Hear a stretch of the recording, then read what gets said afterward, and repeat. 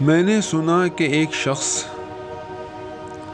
پاک طبیعت، حق شناس اور سالک روم کے اطراف میں ہے۔ میں اور کچھ سیاح بیابان طے کرنے والے اس انسان کی زیارت کا ارادہ کر کے چل پڑے۔ اس نے ہر ایک کے سر اور آنکھ کا بوسہ دیا اور بیٹھ گیا۔ میں نے اس کا سونا اور کھیتی اور نوکر اور سامان دیکھا، لیکن ایسا بے مروت جیسے بے پھل کا درخت ہو۔ پر لطف باتوں میں بہت تیز انسان تھا، لیکن اس کا چولہا بہت ٹھنڈا تھا۔ اس کو تمام رات نیند نہ آئی، تسبیح و تحلیل کی وجہ سے اور ہمیں بھوک کی وجہ سے۔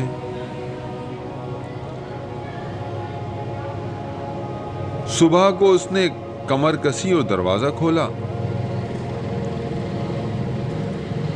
گزشتہ رات کی سی مہربانی شروع کی۔ ایک شیریں لطیفہ گو خوش طبع تھا جو اس سفر میں ہمارے ساتھ مسافر تھا۔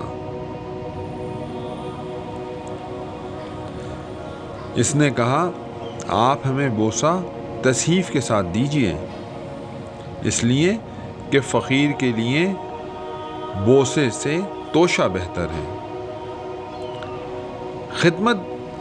خدمت گاری میں میرے جوتے نہ اٹھا، مجھے روٹی دے، بے شک سر پر جوتے مار لے۔ ایثار کی وجہ سے لوگ بازی لے گئے ہیں، شب زندہ دار لوگ مرے ہوئے دل کے نہیں ہوتے۔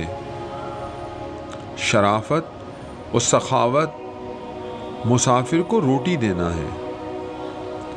بیہودہ باتیں خالی ڈھول ہیں۔ قیامت میں بہشت میں وہ ہوگا جس نے حقیقت طلب کی اور دعویٰ چھوڑ دیا۔ حقیقت سے دعوے کو ٹھیک کیا جا سکتا ہے۔ حقیقت سے دعوے کو ٹھیک کیا جا سکتا ہے، بے اصل باتیں کمزور سہارا ہیں۔